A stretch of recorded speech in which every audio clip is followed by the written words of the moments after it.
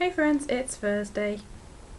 I've had quite a busy day today. I had two supervisions, so one of those ran over, so that was about an hour and a quarter long, and I've got back from that and I'm a bit tired now, so I'm having a cup of tea, which I'm enjoying very much. I've also been to vote today. Funnily enough, that's also my silver lining of the day actually, like it was yours. When I was younger, my parents always used to take me to the polling station with them, even when I was too young to vote, so I was quite excited when I was finally old enough to vote. I'm of the opinion that voting is pretty important, really, because it's a civil right, and if we don't use it, we might lose it. And also I think if you don't vote, then your demographic becomes unimportant to politicians, so they're more likely to ignore what you want or need. And also, as a woman, in England at least, there was a suffragette movement in which some women did some very brave things in order to gain the vote. So I think it's important to use the vote now that we have it, just out of respect for their sacrifice. We had a referendum this time on whether we should switch to AV, that's alternative voting system. That, and also some council elections. So the actual theme for this week is to talk about our high school.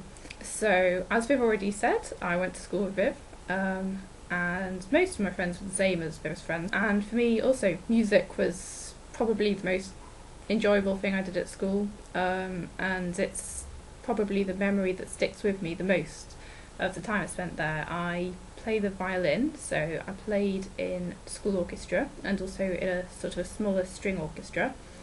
And I was in a couple of choirs with Viv by the end of our time in school, and that was lots of fun. I love harmonising. In fact, I don't really sing very much anymore, which is a bit sad. I should probably sing more, but I do play the piano. So all that remains now is for me to complete the challenge for this week, which is to include 5 acronyms in our video. I already managed to sneakily integrate one when I was talking about politics, but I've still got 4 left to go. To be honest, when I'm revising at the moment, because I've got exams coming up, I feel like I'm just being bombarded with acronyms all the time, so I thought this would be quite easy to do. But I got the book. This is a book that I've just got out of a library to do some reading, yay!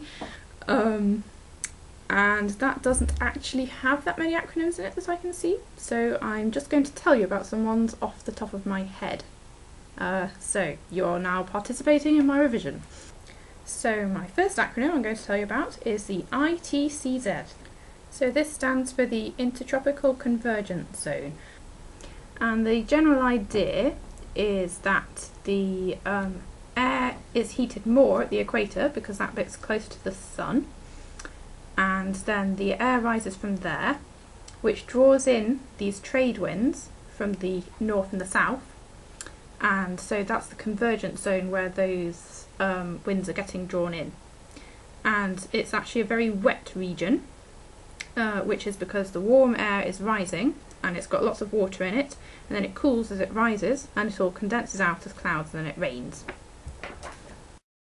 So I appreciate that might not have been very interesting, so I will try to keep my other acronyms a little bit shorter. So another thing I've been learning about is I've been learning about echolocation in bats.